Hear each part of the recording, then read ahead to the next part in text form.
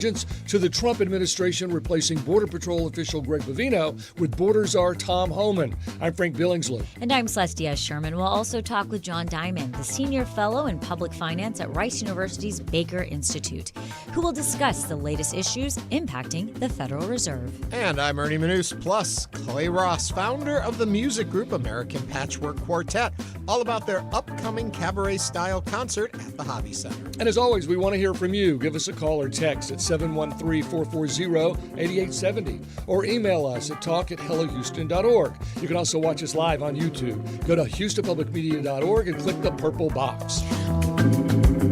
Hello Houston is made possible in part by founding sponsors John Bradshaw and Kathy Sanders, and by gifts from listeners like you. Live from NPR News, I'm Lakshmi Singh. President Trump is heading to Iowa today, where he is looking to recapture the narrative. NPR's Frank Ordonez reports Trump hopes to turn the page back to his economic agenda as his administration faces growing backlash over his immigration crackdown in Minnesota. The White House says the trip is the beginning of what will soon be weekly travel ahead of the midterm elections. But veteran strategist Ryan Williams says clearly Trump is looking to wrestle back the national conversation after a second death at the hands of federal agents. The primary news story at the moment isn't just the ICE-related shooting, it's the response to the ICE-related shooting. That's what's going to be the focus, and the president can attempt to focus on the economy, on what he views are successes of his administration on the economic front, but he's going to be stuck talking about this issue for a significant period of time. Some Republicans are calling for further investigations and questioning Trump's broader goals with the crackdown. Franco Ordonez, NPR News. The National Transportation Safety Board is holding a hearing today on the factors that they believe led to the deadly midair collision last year between a Black Hawk helicopter and a passenger jet above Washington, D.C. 67 people died last January when the helicopter and American Airlines plane collided near Reagan National Airport. The meeting is set to outline the multiple safety systems that failed that caused the crash. NTSB Chair Jennifer Homendy, in her opening statement, said that the crowded airspace surrounding Reagan National cannot solely be blamed for the tragedy. Within a robust system, the introduction of a single error is almost never the only cause of an accident. Rather, several barriers of defense must fail for the error to lead to an accident. The leaders of longtime U.S. allies are making high-profile trips to China, seeking a thaw in relations with Beijing at a time of tension with the United States. British Prime Minister Keir Starmer is heading to China today. NPR's Lauren Frere has this from London. After Canada's Prime Minister Mark Carney visited China, President Trump threatened 100% tariffs against Canadian goods and predicted that China would, quote, eat Canada alive.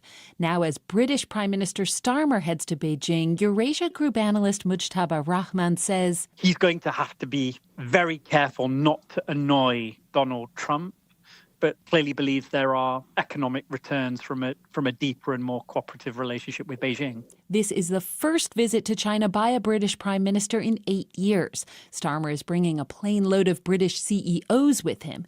As he reduces dependence on the U.S., he's seeking to woo investment instead from the world's second largest economy, China. Lauren Frere, NPR News, London. The Dow is now down 360 points. It's NPR News. Live from News 88.7 in Houston, I'm Alexandra Hart. Harris County will extend early voting in the 18th Congressional District runoff election to Thursday. That's after civil rights organizations filed a lawsuit against the county. A judge granted a temporary restraining order against the county on Monday. News 88.7's Sarah Gruno has more. Early voting was supposed to last until Tuesday, but it was canceled on Sunday and Monday because of the winter storm. The early voting period will now be extended to Wednesday and Thursday of this week. Houston's 18th Congressional District has been without representation for almost a year, following the death of Congressman Sylvester Turner. 2 Democratic candidates are in the runoff election, Krista Menifee and Amanda Edwards. Here's Edwards. I am in full alignment with the extension of the early voting period, in large part because this community has been without its voice for far too long and needs every opportunity possible to have the ability to exercise its right to vote. Election Day is Saturday. I'm Sarah Gruno, News 88.7. Houston's George Bush Intercontinental Airport is the first airport in the U.S. to receive new surface movement radar systems. That's according to the Federal Aviation Administration. It's called the Airport Surface Detection System Model X, and it allows air traffic controllers to more accurately track ground movement of aircraft and vehicles to prevent runway incursions. It also has a larger visibility range than existing systems from the 1990s. Matt McCann is a surface team manager with the FAA. He says Bush Airport was the ideal site for the rollout, in part due to its size. So it gives us the optimal environment to be able to fully test those capabilities. It also has a high traffic, volume, which also equates to, more data, and the more data you have, allows for you to better fine tune all the parameters. McCann says the agency will continue to roll out the new system at major airports throughout the U.S. It's 41 degrees and sunny right now on the University of Houston campus. Today's high around 48. I'm Alexandra Hart, News 88.7.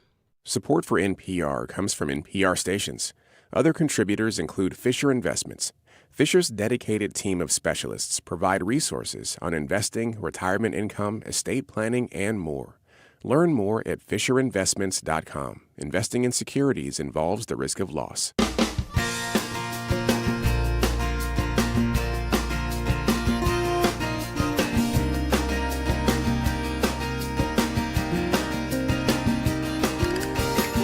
Live from the University of Houston, it's Hello Houston, an open forum on today's biggest stories affecting Houston and beyond.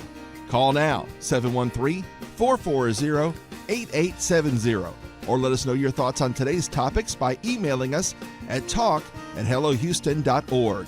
Now here's your host for Hello Houston, Ernie Manous, Celeste Diaz-Sherman, and Frank Billingsley. Good morning. Hello, Houston. Good morning, Houston. And it is a good morning because it's a whole lot warmer out there, even though it's still cold. It was very cold overnight. Temperatures down in the 20s, but we're already at 40 in a lot of places. So we're going to continue to warm up nicely and get some of this chill out of here. But then another front Thursday night.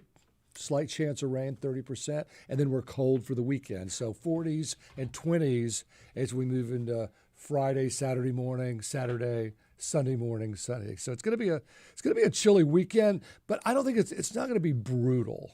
Okay. Like this. How do you define what brutal is? Brutal is 28 degrees with a 15 to 20 mile an hour wind. Yeah, I'll agree with you there. I'll give you that for brutal. But let's put our sky cam and our YouTube viewers can see us out there. See how nice downtown is looking? Absolutely that's beautiful. Pretty clear. But clear skies mean cold temperatures at night.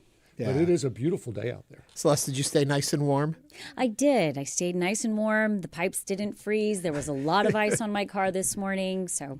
I mentioned yesterday. Yes, there was a ton of ice, and there was also ice, or like, it looked just kind of white-ish on the roof. Today, this morning. A bit of a glaze. A bit of a glaze. I mentioned yesterday how Walt's pipes had frozen in the morning yesterday. Mm-hmm. So he did what a lot of people are told to do. Last night about 10:30, he went out and shut off the water to the house and drained his pipes. And this morning, got up, turned it back on, had no problems at all. So, well, that's great. Yeah. If you want to keep yourself from having a problem, don't have the problem. Right. Yeah. So I took a day, but he learned, and I think we all as a city learned. It seems like I haven't heard any major stories of any kind of catastrophic wreckage. I'm sure if your pipes broke or froze and cracked, it was big and hard on you. But as far as system-wide, city-wise, it seemed like we well, as we talked to the mayor yesterday, the 911 calls were fairly average. Yeah. I don't think there were a ton of accidents, which you expect with even a bit of ice on the road somewhere. So, yeah, I'd say all in all, people listened. It did help that it was the weekend, that it was a Saturday, Sunday event, so that people were sort of ensconced on a January weekend watching football or whatever they were doing and didn't have to really get out unless absolutely necessary. So that helps. Yeah. Well, I'm going to keep harping on what's coming this weekend because I don't know. I'm a little worried. Well, I'm not looking for any winter precipitation. So a little rain with the front on Thursday night, and then that's it. And then that'll be gone by the time. And none of the models suggest that. All right. Well, that is good. Things we are going to look at on today's show to keep you well informed and full of information. We're going to be taking a look at the Federal Reserve. There's been a lot of talk going on about what's happening there. Why does this matter? Who should be controlling it? It's We're so going to find out. confusing. You know, all you really hear about is the interest rates might drop. Right. But what is the Federal Reserve? It's sort of in the background of our lives. Yeah. But because Trump is pulling it into the foreground, we need some clarification. So John Diamond's going to be here to help with a lot of that, which is great. And it's also, I'm sure I'm getting it wrong, is it Human Trafficking Month? Human Trafficking Awareness Month? Awareness month. So we're going to take that would be very wrong, Ernie. Yeah. Human Trafficking Month is not something you would celebrate. Human Trafficking Awareness is something we need to. And it's really shocking when you hear the statistics and how involved our community, our area is when it comes to this. And as Celeste keeps mentioning in our Me Too, with World Cup coming, there's a lot we have to pay attention to. Yeah. We understand that when you have a big, high-profile sporting event, oftentimes you see peaks and spikes in human trafficking. And so we know that the FIFA World Cup is happening. We also know that the Winter Olympics over there in Rome is going to be happening. Mm-hmm. We also have in 2028 another major Olympics happening. So I think there is a lot of question about, we're aware of it happens. What are the solutions to stop it? Yeah. That's the big question, because you may see something, but you don't want to get involved because, you don't just say to people, are you being trafficked? Right. You almost have to let them say it, or you have to watch the situation. It's very, very hard. I'm interested in this subject. So, me too. Very hard to determine. Later in the show, we'll talk about that. And for a little palate cleanser and something a little lighter, we'll be talking about American folk music. Yeah. And, we need something a little lighter. We do. Speaking of that, Celeste, why don't you take us into the headlines? I say it with almost trepidation anymore because... Congressional leaders are pushing back against the Trump administration's account of the killing of Alex Pretti, the 37-year-old U.S. citizen shot and killed by federal officers during an immigration enforcement protest in Minneapolis over the weekend. The shooting has sparked swift and bipartisan condemnation on Capitol Hill. Meanwhile, the Trump administration has replaced Greg Bovino, the Border Patrol official who had been the public face of immigration operations in Minnesota. The border czar, Tom Homan, signaling a shift in leadership amid growing scrutiny. President Trump also spoke yesterday with Minnesota Governor Tim Walz and Minneapolis Mayor Jacob Frey about the ongoing immigration crackdown in the state. Governor Walz described the president's tone as earnest and more collaborative, while Mayor Frey said Trump acknowledged the current situation cannot continue. And following the shooting, Texas Governor Greg Abbott weighed in, urging the White House to recalibrate ICE's mission, arguing the agency should refocus its efforts on deportations. What are your thoughts about the events in Minnesota and President Trump bringing in Homan to handle the situation? Now is the time to join us on Hello Houston. You can call or text 713-440-8870. I'm a bit of a cynic in all of this because, and I mentioned it yesterday, it seems as though because polling numbers and national response to what happened pushed Trump to make a move because it looked bad for him and he was being told how bad this is looking for his administration. Instead of it being looking at the situation and saying, we are in a bad situation, this needs to be altered and stopped. That's what bothers me about what's happening now, is the motivation behind it. Because as we keep saying, we have to find our better angels. We have to look at humanity in all of this and call out wrong when it's wrong. Well, I'm right there with you, but this one has been a tough one. Yeah. And when you look at, 2026 is a major election year. We know that. But regardless of politics, when two people have now been killed at the hands of ICE in broad daylight, whether you think ICE is doing their job or you're feeling rage about the situation, one thing we can all agree on is the need for transparency and accountability. Many of us have seen the video with our own eyes, multiple angles. There is no question about what happened. And for the United States Secretary of Homeland Security, Kristi Noem, to get behind a microphone and tell the American people differently than what we all witnessed is a problem. And it's a problem for all Americans. Well, it may be her problem because I hear she's on the chopping block. And Corey Lewandowski and she had a 2-hour meeting yesterday. Yeah, maybe with Trump, and the reports that come out of that meeting was replacing her or removing her was not discussed. I don't know, because once again, we're in a point where do we trust what we're told? No, you trust what you see. Right. Yeah. But we weren't in that meeting. So when we're told a report of what happened in a meeting, do we trust these reports anymore? I think trust, for the most part, is I don't want to say gone, but extremely questionable. You can't take, and that's where the breakdown of an administration happens, when they no longer have the trust or the belief of the people they represent. And this has been slow chipping away at it. Some people from very early on didn't trust what was coming out of it. Now, this just highlighted it so much. I saw an interesting comment the other day about what if there had been no cameras there to record it? And if they can lie, it may have even been Jon Stewart who said, if they can lie about what we're seeing, imagine what they're lying about that we don't see. That's a good point. And again, 713-440-8870. We would like to know your thoughts about the events in Minnesota and President Trump bringing in Homan to handle the situation. Let's go to the phone lines. We have a call. James from Conroe is on the line. James, what are your thoughts or questions? Okay, so my thought is a question, all balled into one. Straight to the point, Mr. Petty was killed execution style, and he was sworn by agents, beat, and then shot several times. So my question is, why aren't these people arrested and put in jail? Well, that's my question. I think the answer is that they've almost already been given clemency by the President of the United States. He has made no indication that if anyone is arrested and convicted, that he's going to stand by that. He will let them go. So it's going to be hard to arrest people if you know that it's for nothing. Mm-hmm. That's my guess. Otherwise, the Minneapolis police should have made arrests by now, if not the FBI, since they're from out of state. Well, it happened in the earlier shooting, Ms. Good, when she was shot, that they move it to a federal investigation and have claimed, they were in defense of what they were doing and protecting hours. people. Yeah, Within before there had been hours. any investigation. And it's unsettling. They blocked Minneapolis from investigating that case. I think it looks like there's going to be some movement here in redefining how that moves forward.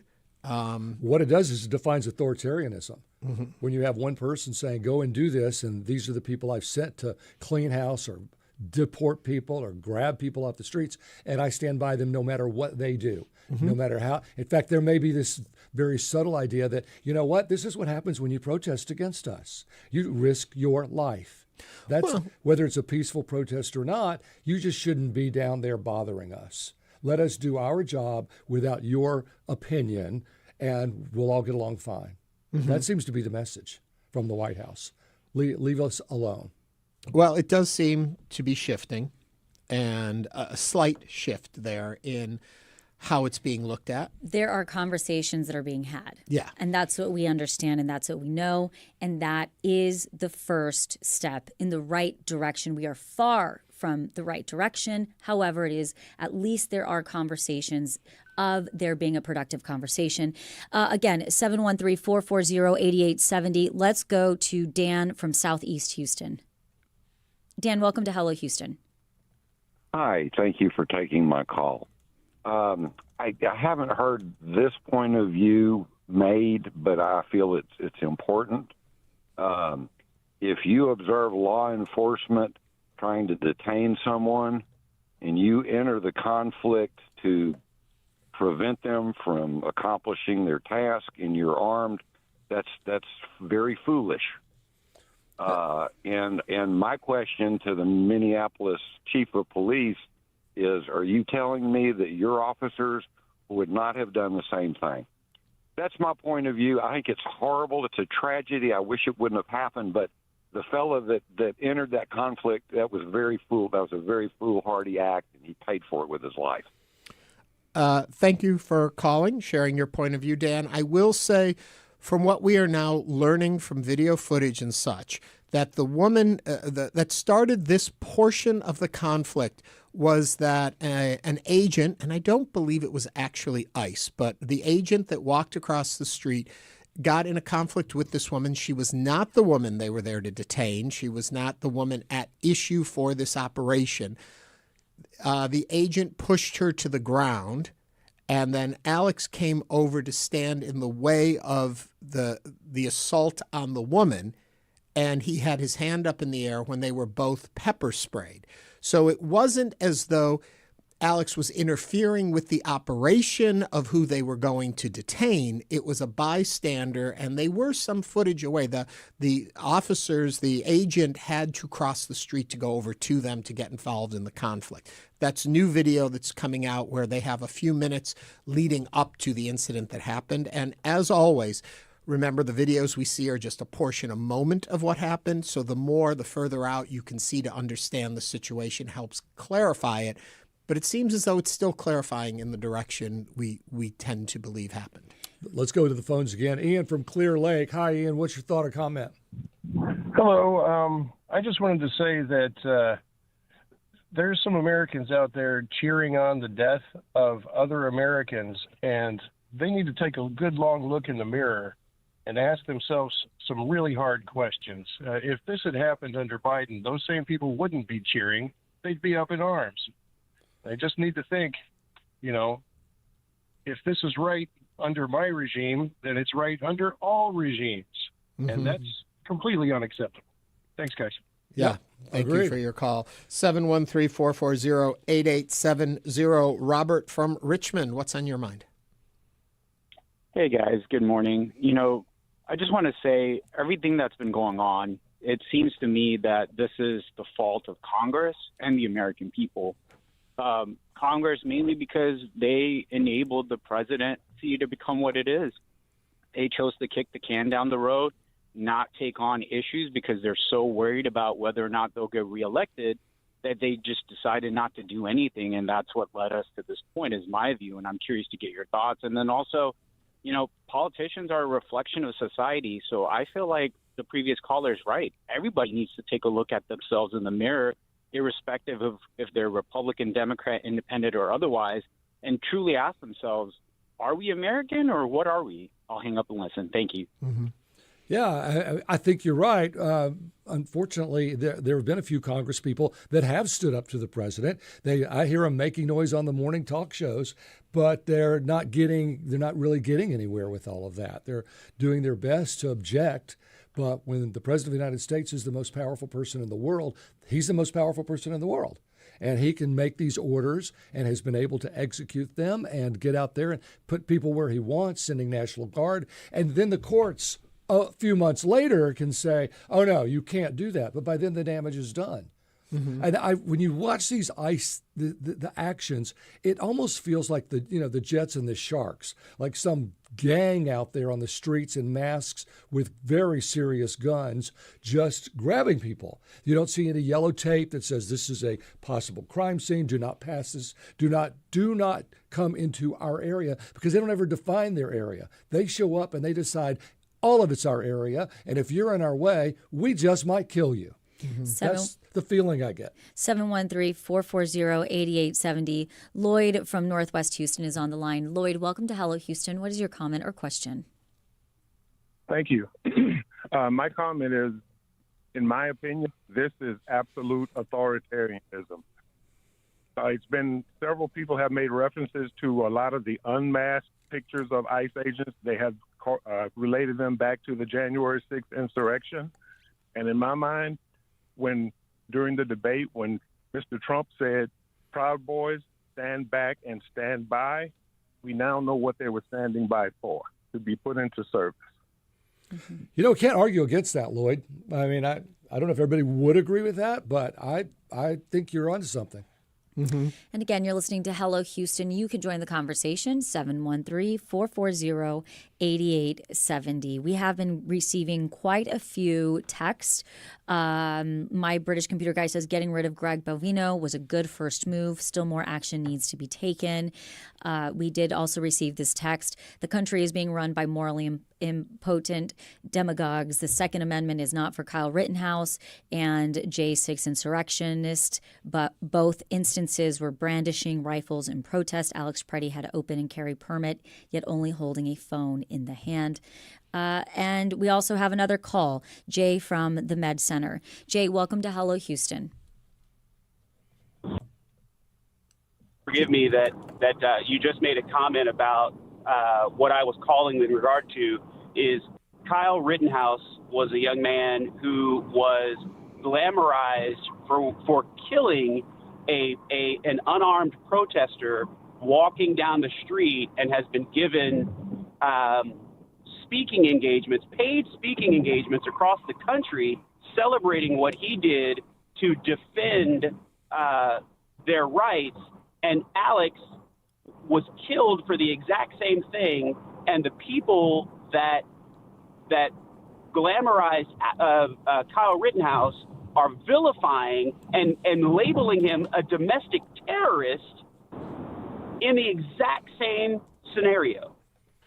Mm-hmm. And I don't hear, until I just heard your comment, no one is talking about the hypocrisy of we can do it, but you can't. Well, clearly that's authoritarianism. I can do what I want, and you can't do what you want. I'm the one in charge. Thank you, Shane, for calling. Yes, I think that a lot of people are discussing this. This is very topical, and we will continue to follow and monitor. I think that was Jay. Do we have a? Yeah, we have a final call from Shane. That Shane, was Jay. Yeah, from Shane on the west side. Shane, now we're going to wrap up calls here. What's on your mind? Good morning. I'd just like to urge everybody to go to the internet, look up who is your representative, and send them an email, call their office, whatever. That is what they listen to. They want to get reelected. Let's tell them how we feel, whatever you feel, and they all keep track of this sort of thing.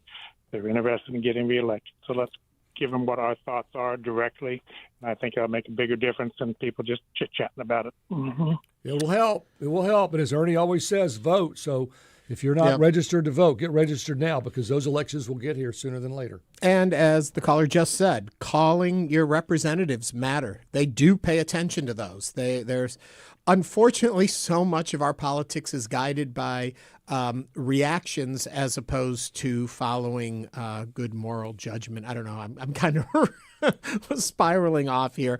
Vote.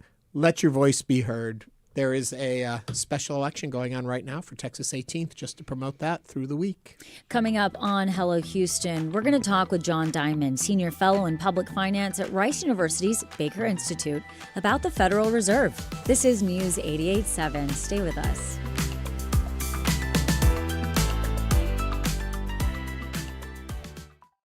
Hi, I'm Lenny Ambrose from St. Arnold Brewing Company, proud supporters of Houston Public Media. Right now, with your $60 donation, you can choose tickets to News and Brews. This member-exclusive event takes place February 17th. Enjoy a pint, connect with fellow NPR fans, and meet the Houston Public Media newsroom in person. Select News and Brews tickets when you donate at houstonpublicmedia.org/donate. Cut down 2 trees in his front yard, and when he did, he made some enemies. There was this crow sitting in the front lawn, and as soon as the crow was out of my sight, that's when I got this thump on the back of my head. Crows are vengeful, they hold grudges. Alan tried to make amends. But is that possible with an angry bird? This week.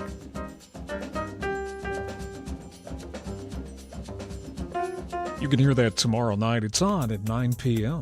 Tonight on Houston Public Media TV8, learn about the life and career of Elie Wiesel, Holocaust survivor and Nobel Peace Prize winning author of Night. Watch American Experience, tonight at 8 on TV8. Ellen Benninghoven and Dr. Michael Schaefer, proud sponsors of Houston Matters with Craig Cohen. Tune in Monday through Friday at 9 on News 88.7. Support comes from UT Health Houston, home to maternal fetal specialist Dr. Jerry Refuerzo, who helps keep moms and babies healthy and safe through high-risk pregnancies and births. More at uth.edu/manyfaces.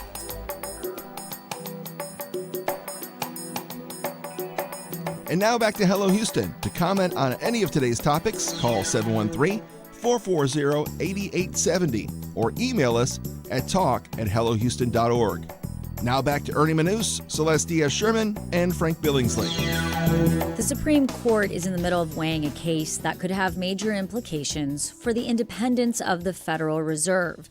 Justices appear skeptical of President Trump's effort to remove Governor Lisa Cook, a move that comes amid broader political pressure on interest rate policy and the central bank's leadership. To help us understand what's at stake for the Federal Reserve and for the markets, we're joined by John Diamond, the Senior Fellow in Public Finance at Rice University's Baker Institute. John, welcome to Hello Houston. It's a pleasure to be here. Thanks for having me. And if you would like to join the conversation, if you have a question, you can give us a call or text 713-440-8870. You know, John, if you could just start us off, explain what's happening, what the president wanted to do, and why the Supreme Court's involved in this. So the president wanted to fire Lisa Cook, supposedly or allegedly because she had misspecified or misfilled out, had made a mistake on a mortgage application, either knowingly or unknowingly. I have no idea which, what the actual facts of the case are. So he was trying to use some data from a mortgage form to claim that she was unfit for the board. I'm very skeptical of the whole thing, just like I am also skeptical of this latest attack on Fed Chair Powell, claiming that he lied in front of the Senate and that he somehow has perjured himself and should be taken out of the Fed chair position. So take us a step even further out from this whole thing. Why does it benefit the president to be making a move at this level at the Fed? And where legally is this supposed to sit? My understanding is that these two areas are supposed to remain separate. Help us understand that part of it. I can't help you understand that. It doesn't make any sense. I don't know how this benefits the president. Even if he was successful and he got his guy as Fed chair 3 months early and he pushed Lisa Cook out and he got one more vote on the board, it's a very marginal impact. I mean, it's still 12 members that vote. The vote has been 9-3 on the last rate decision, which usually the votes are unanimous or 11-1. But two of the votes that were against were actually votes that thought we should not have cut. And then one of the votes against Myron was that he thought we should have cut more. So, I mean, does it help? Does it swing the board a little bit in his favor? Yes. But does it make like a difference? Like all of a sudden we would be cutting interest rates, every time they meet? No, not at all. You have a 12-member board, and right now 9 of those people, actually 11 of those people, think are a lot more concerned about cutting rates than the president and some of his supporters tend to be. So, John, it seems to me that this whole debate about independence of the Fed, it feels to me like the fox guarding the hen house. If Trump or any president is allowed to exert any authority over the Federal Reserve. Is that fairly accurate? I mean, why is it so important that the Federal Reserve remain independent of the administration? It's definitely important because the Fed has 2 goals, and those goals are price stability and full employment. Mm-hmm. And, politics don't go well with long-term goals. Politics is very geared to the here and now, mm-hmm.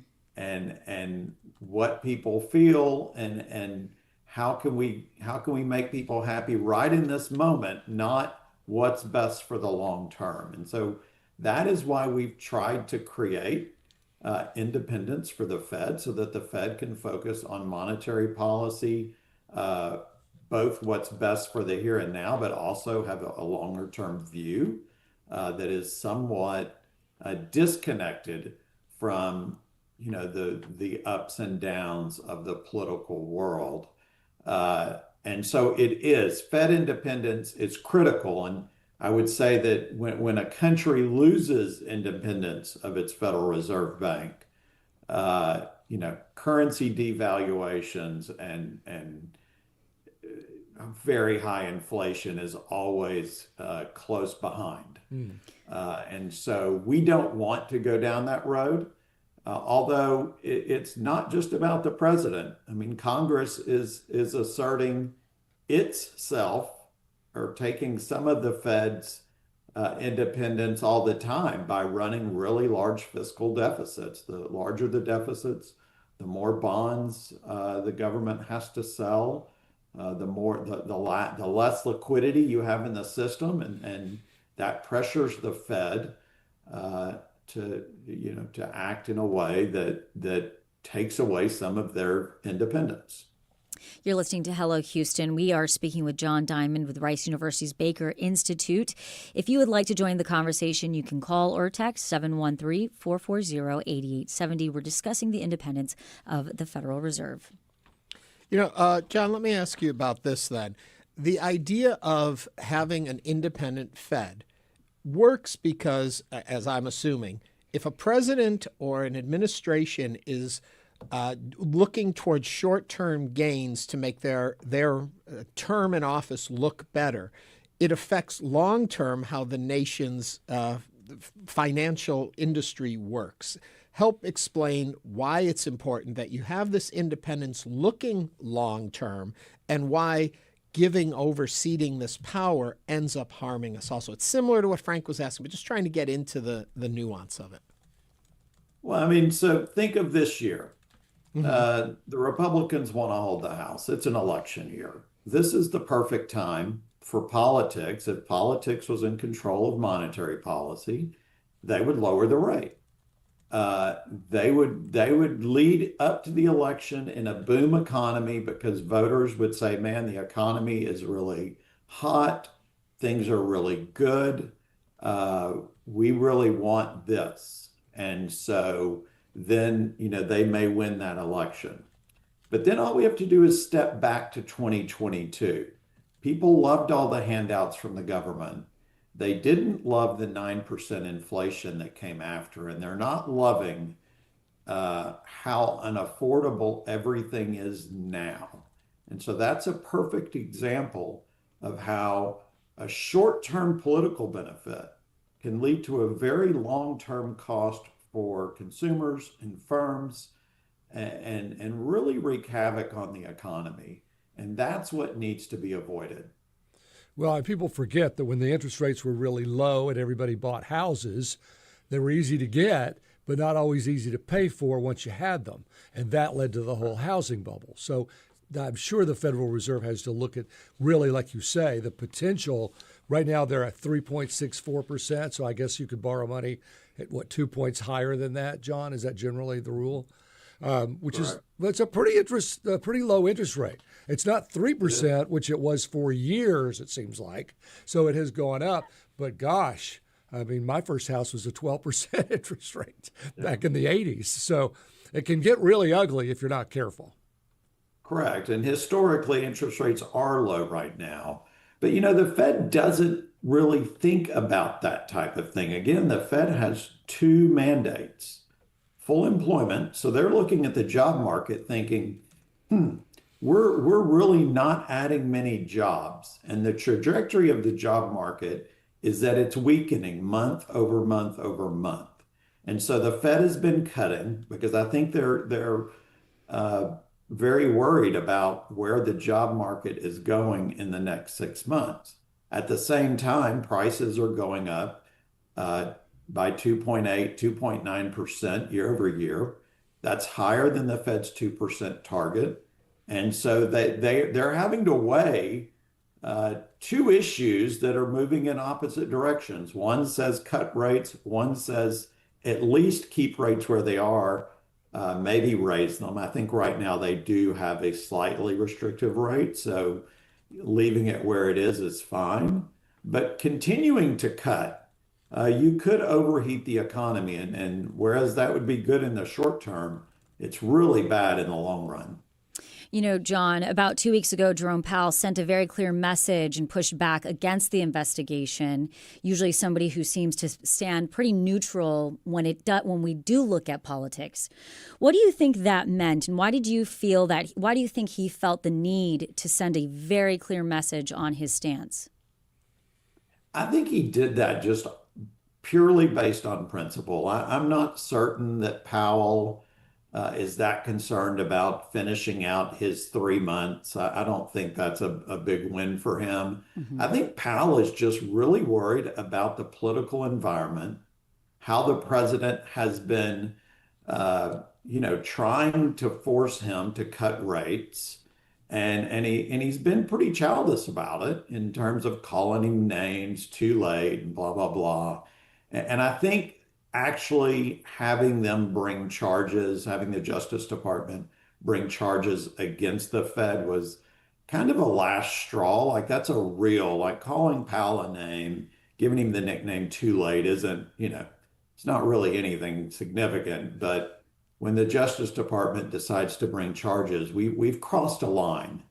And I think it was really important. And I was actually really pleased to see Powell stand up and fight. And I hope he continues to do that over the next 3 months. So where do you see all this going, John? If you look in your crystal ball. There are small questions, but there's no really big question. We're going to get a new Fed chair in the matter of months. I'm not extremely worried about any of the people that are currently on the list, Kevin Warsh, Rick Ryder, or Kevin Hassett. If they were interviewing me right now for the Fed chair, I would absolutely tell Trump I would be willing to cut rates. But once I got in the office, I would do what was right. Yeah. I think you say what you need to say to get the position. But then once you're in the position will lead you down the right path. Because the level of responsibility on the Fed chair is tremendous.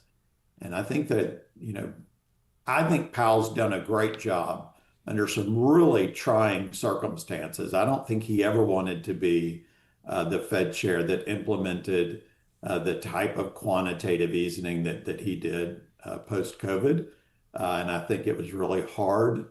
And I haven't always agreed with his decisions. I thought it was far too loose for too long, but I've been more in agreement with him lately in kind of his wait and see approach. Because at the end of the day, data is just going in every direction. It's telling us two different things all the time, and ultimately the Fed chair needs to react to data, not to presidents, not to Congress, and not to voters. They need to be strictly driven by the data. Clear up a point for me. What is the vote? You said there's 12 people. In order to lower interest rates, what does the vote have to be of those 12 people? So it's a majority vote. So it's the Federal Open Market Committee. There's actually 19 total members, only 12 voting members. It's because the bank presidents rotate. 5 of them are voting at any one time. And so those 12 people vote to lower interest rates. Now, it is extremely rare to ever have, a 7-5 vote. I can't ever recall that happening. In fact, a 9-3 vote is really considered a lot of disagreement. Most votes by the Fed are either unanimous or they're 11-1 or 10-2. 9-3, 8-4 is really historical in some sense. So it sounds like they all pretty much think the same way. There are differing views, but usually for the benefit of the economy, they tend to find and agree on a certain policy. But Austin Goolsbee at the Cleveland Fed is going to have a different view than Lori Taylor at the Dallas Fed. I mean, every member has their own views, but you bring your data, you bring your arguments, and then you find that midpoint, which is something we don't do in American politics. Is you bring all the views to the table, you put them all together, and you say, look, this is kind of the best point. And we see that in what's called the dot plot after each Fed meeting, where they publish each of the 19 potential voting members' views on inflation, economic growth, and interest rates. All right. Thanks, John. John Diamond is a senior fellow in public finance at Rice University's Baker Institute. John, again, thanks for joining us today on Hello Houston. Thanks for having me. Thank you. Coming up, what happens when 4 Grammy Award-winning musicians team up to perform folk classics?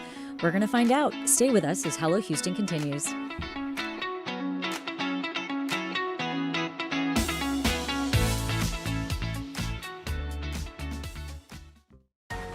We know you value Houston Public Media. That's why you're watching right now.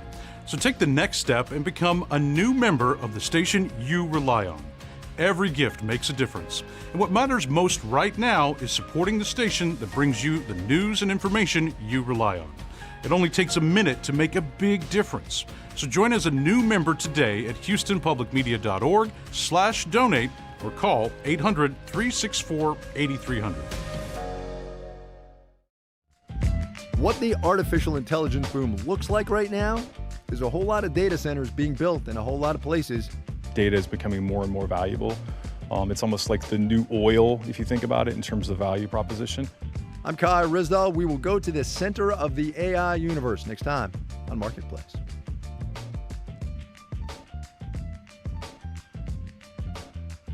You can listen to Marketplace coming up tonight at 6:30. George Saunders' new novel, Vigil, takes place at the deathbed of an oil tycoon visited by a parade of spirits. Some want for him to atone, and some simply want to bring him comfort. The book is kind of a contemplation about how do we actually help somebody. I'm Scott Detrow. Saunders on why he keeps revisiting death on All Things Considered from NPR News. You can catch ATC this afternoon. That starts at 3 o'clock. I'm Jesse Thorne. You want some real, insightful conversations about where art comes from? Well, Bullseye has you covered, as long as you don't mind a little bit of ridiculousness. Y'all was like really judging me though. They sniffed it out. They sniffed out that I was weird. I was like, I don't know where I'm gonna sit, just like in the movies. Listen, learn, laugh. Bullseye from Maximum Fun and NPR. Bullseye, Thursdays at 9 p.m. on News 88.7.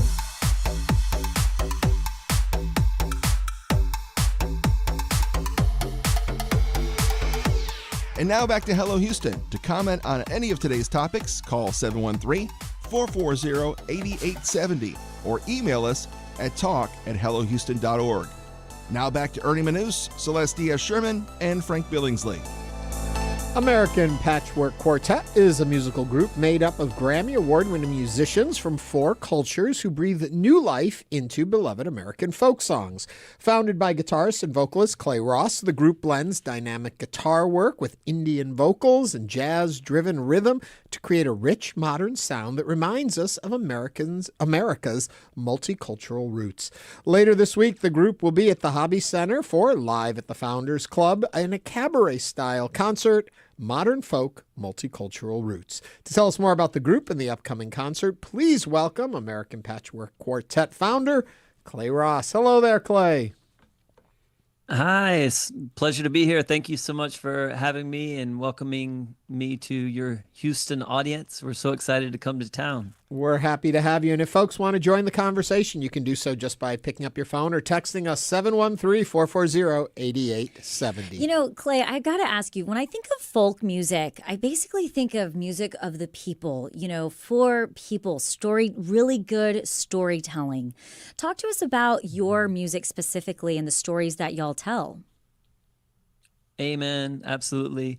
We all kind of come from jazz backgrounds, more or less, or like more of a world music background in New York City, which is as diverse as Houston. I know Houston has a lot of diversity happening, lots of different walks of life, lots of different people coming from all over the place, coming together. And I've always really just been attracted to that idea of music for the people, by the people. As Louis Armstrong, the great jazz musician, once said, all music is folk music. I never heard any music made by a horse. So I always like that. And, so we bring all that we have to from our backgrounds into this project. So you will hear, a lot of jazz influence. You'll hear the Hindustani classical vocal training of our amazing singer, Falu. And you'll hear my Southern roots music and love for blues music. And a lot of the times people think of folk music as maybe the song sung by Bob Dylan, and there's a little bit of that for sure. There's that spirit and some of the songs that are iconic from the 60s era folk movement that we all know and love. I mean, you're going to hear some of those songs twisted and reimagined in some very interesting ways. So that's really what we're all about. So, Clay, I see you're a guitarist. What other instruments are we going to see on stage? So in our quartet, you have Clarence Penn. He's one of the most amazing drummers in all the planet. I'm so grateful that he's a part of our group. He's currently the head of the jazz drum department at USC in Los Angeles in California. But he's toured all over the world with legends of the jazz genre. He played with Betty Carter for years, toured with a saxophonist named Michael Brecker, who many know from playing with Paul Simon and other icons. And so Clarence will have like a really cool adapted drum kit specifically for our sound, with all kinds of interesting mallets and sticks and different crazy sounds that he uses. We also will have Yasushi Nakamura, who is another just phenomenal gifted musician, originally from Tokyo, Japan. And Yasushi plays upright acoustic bass, but he plays it in a way that you guys have never heard before. I mean, the way that it's like the Jimi Hendrix of the upright acoustic bass or something. It's really mind-blowing. And, of course, Falguni Shaw, our singer, she's an 11th generation Hindustani classical vocalist. And she brings this amazing tradition from her native India, but has embraced all of these Americanisms that we've introduced her to, and it's amazing what she's done with them. So it's a very unique character on stage for sure when we bring our little patchwork together. When I think of folk music, I think Ozarks all of a sudden, that kind of an idea of that type of folk music. But what I think is interesting too, and just the name of what you say. First of all, modern folk. So you're raising up folk to a current position by the modern folk. But then the multicultural roots makes me stop and think. We think when we think folk music, American folk music, but that all cultures have their own folk music, and that bringing them together. I'm curious if you battle the term when people think folk music as opposed to just music. Oh, yeah. Boy, don't I wish that we could just go around and say we just play music. That's definitely our motto, and internally we truly do not embrace any borders around the music that we love or embrace, or the styles that we try to learn from and that we get inspiration from. We live in a world that puts things in categories and loves to put things in boxes, and that's the best we can do to describe it. Someone once said trying to describe music with words is like it is like trying to I forgot. Anyway, something about painting architecture or something. But anyway, it's very difficult to describe. Yeah, it's difficult to describe. You have to see it. But we do. our mission is to really to articulate and to bring to the forefront this very simple idea that, you know, our diversity and our mixing of cultures, that's been a part of our folk music since the beginning. That's just our greatest strength. It's the thing that makes American music so incredible. So how'd you come up with this? You're what, at the coffee diner, and you think, you know what, we need a patchwork group to go around the country. What was the inspiration?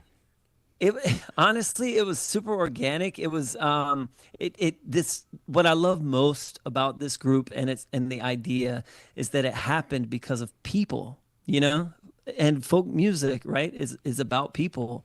And the collaboration started because I'm a teaching artist. I was teaching at this little known institution called Carnegie Hall. Oh, never heard of it. Yeah. How do you get to Carnegie Hall? Practice. Yeah, Frank, exactly. practice. Yeah, you take the subway or a taxi.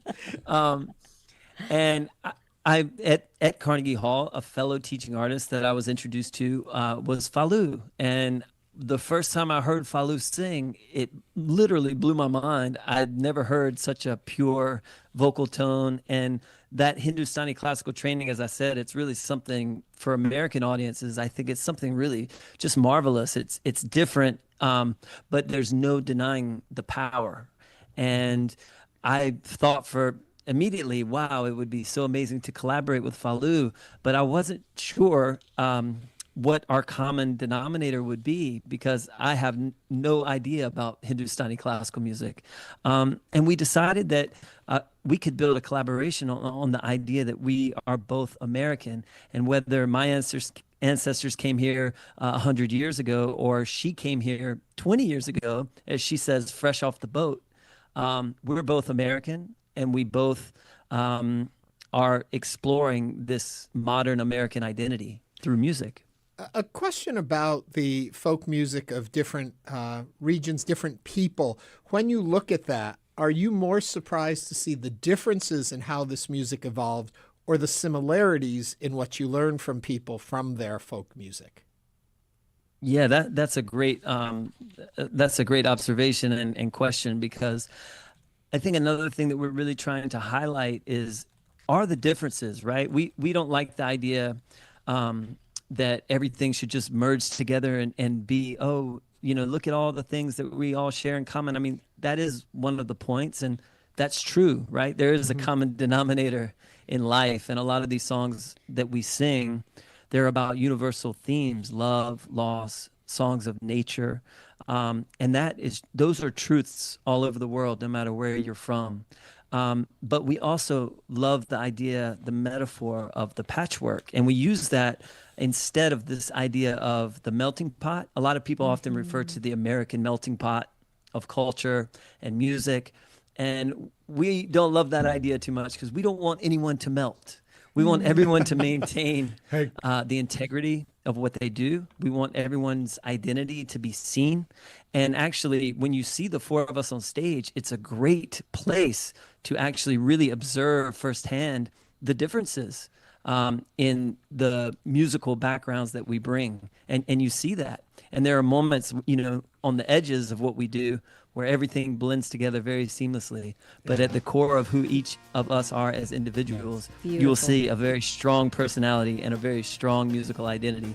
So we love that patchwork metaphor, because that's what we represent. Thanks, Clay. Clay Ross is the founder of the music group American Patchwork Quartet. Clay, thank you so much for joining us. That was beautiful to hear.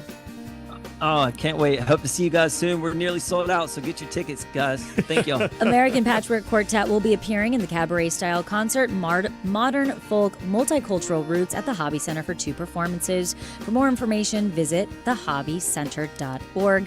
Coming up, we'll continue discussing today's top headlines. We'll also talk with Jim Kovach, Harris County Civil Court at Law 2.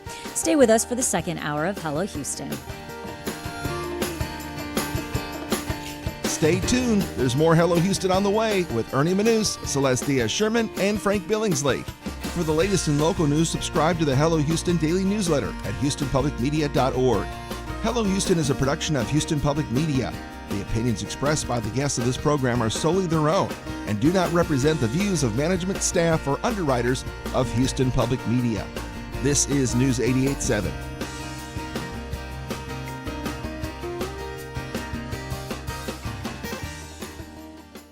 Support for Houston Public Media comes from Baylor College of Medicine. With 125 years of innovation behind it, Baylor has driven progress in health and medicine through research, education, and care that push the frontiers of modern science. Mostly sunny day today. We'll get up to around 48, and then tonight the clouds go away. We'll have a low somewhere around 33, and that's in the city, and then tomorrow's high 55. It's 41, and this is your NPR station, KUHF Houston News 88.7, a service of the University of Houston. Just ahead on this hour of Hello Houston, early voting in the 18th Congressional District special election runoff has been extended for 2 days due to the freezing weather. We'll discuss what impact this could have on turnout and more of today's top stories. I'm Ernie Manous. And I'm Frank Billingsley. We'll also be joined by Jim Kovach, Harris County Civil Court at Law No. 2 judge, who will talk to us about his reelection campaign. And I'm Celestia Sherman. Plus, Karen Kennard, Assistant Executive Director of the Children's Assessment Center, will discuss how the organization is educating families about how they can protect children from trafficking. And we want to hear from you. Give us a call or text us at 713-440-8870 or email us at talk@hellohouston.org. You can also watch us live on YouTube by going to houstonpublicmedia.org. Hello Houston is made possible in part by founding sponsors John Bradshaw and Kathy Sanders, and by gifts from listeners like you. Live from NPR News, I'm Lakshmi Singh. Minnesota Governor Tim Walz's office says the governor met with President Trump's border czar Tom Homan this morning. Walz is requesting a smaller federal presence in Minnesota and impartial investigations into immigration-related shootings in Minneapolis. Walz says he and Homan agreed to keep talking. President Trump appointed his border czar to take over for Border Patrol Commander Gregory Bovino in the wake of 2 deadly shootings of U.S. citizens this month. A federal judge in Minnesota is ordering the acting head of Immigration and Customs Enforcement to personally appear in a Minneapolis courtroom this Friday. The judge says ICE has failed to comply with dozens of court orders. From Minnesota Public Radio, Matt Sepik reports. 2 weeks ago, Judge Patrick Schiltz ruled that Juan Hugo Tobe Robles, whom immigration authorities arrested, is not subject to mandatory prolonged detention. But Schiltz says ICE is not complying with his order to provide a bond hearing or release the man, or with dozens of similar orders. The judge ordered acting ICE Director Todd Lyons to appear in court personally on Friday to answer why he shouldn't be held in contempt. Schiltz was appointed by President George W. Bush and clerked for the late conservative U.S. Supreme Court Justice Antonin Scalia. In a Monday order, Schiltz writes, quote, "The court's patience is at an end." For NPR News, I'm Matt Sepik in Minneapolis. U.S. population growth slowed sharply last year due to a steep drop in immigration. NPR's Scott Horsley reports on the latest figures from the Census Bureau. The U.S. population grew by 1.8 million people during the 12 months ending last June. That's about half the growth rate of the previous year. The downshift reflects a historic drop in net migration as fewer people enter the country through legal channels and others are forcibly removed. Census forecasters say if current trends continue, immigration could fall by another million people in the current year. Meanwhile, the native-born population is growing slowly, with births outnumbering deaths by only about 500,000 during the year ending last June. That's less than half the natural increase in years before the pandemic. Scott Horsley, NPR News, Washington. Israeli officials have revealed more details of how the last Israeli hostage body was discovered Monday in Gaza. Here's NPR's Daniel Estrin. Israel's domestic security agency says it captured an operative from the Islamic Jihad militant group last month in Gaza, who provided information pointing to a cemetery in Gaza City. An Israeli search team of more than 100 people went there Sunday and exhumed hundreds of Palestinian bodies until a dentist identified the hostage's body Monday through his dental records, a military official told Israeli radio. In exchange, in the coming days, Israel is expected to hand over 15 Palestinians' bodies to Gaza, according to the ceasefire agreement. Daniel Estrin, NPR News, Tel Aviv. It's NPR News. Live from News 88.7 in Houston, I'm Alexandra Hart. Early voting in Houston's 18th Congressional District has been extended to Wednesday and Thursday of this week. This comes after winter weather interruptions and a civil rights lawsuit urging Harris County to extend the voting period. Early voting was canceled Sunday and Monday due to the winter storm. A judge signed a temporary restraining order Monday directing the county to operate 2 additional days. About an hour before it was signed, Harris County Judge Lena Hidalgo said she supports the extension. I'm for it, of course. I'm for additional days, whichever way people vote. I think it's important for them to have access to participation. The 18th Congressional District has been without representation since the late Congressman Sylvester Turner died last March. City workers in Galveston are seeing larger paychecks across the board. News 88.7's Juliana Washburn reports. Galveston City Council approved a 2.5% cost of living pay raise for all civilian employees in a unanimous vote last Thursday. The decision was made possible in part by the city's sales tax being ahead of what it was projected to be, giving the city more room to fund pay raises across the board. City officials hope this will help employee pay keep up with rising costs from inflation. They also want to make sure their employee pay is in line with market conditions. This is City Council member Bob Brown. I think the main thing here is that we want to make sure we keep good employees, and to do that we have to be competitive. And to do that we have to understand the market. Pay raises went out to employees starting this past weekend. From the Galveston County Bureau, I'm Juliana Washburn, News 88.7.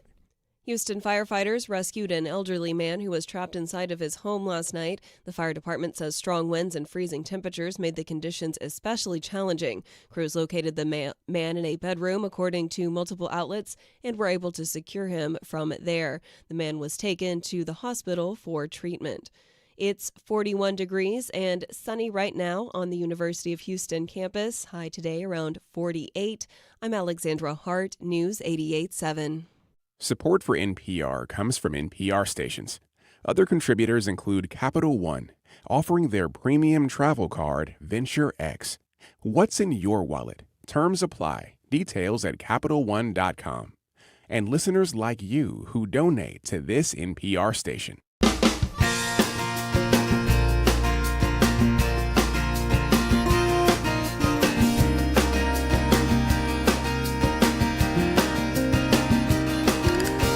Live from Houston Public Media and News 88.7, it's Hello Houston, an open forum on today's biggest stories affecting Houston and beyond.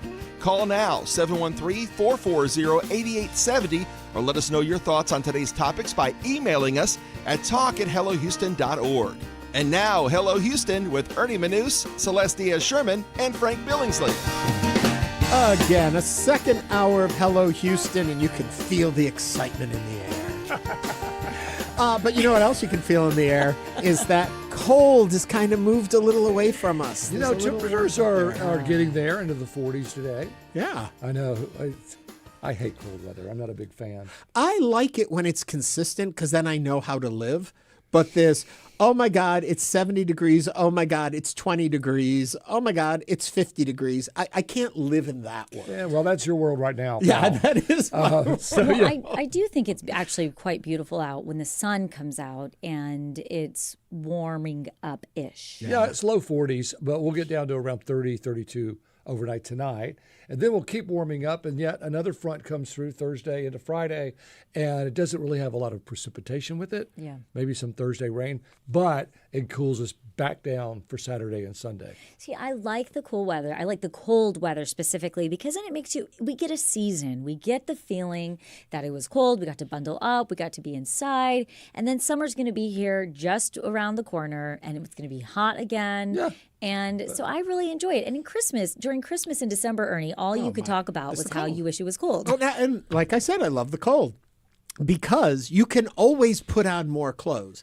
In our unbearable summers sometimes, you can only take off so much and you're just hot.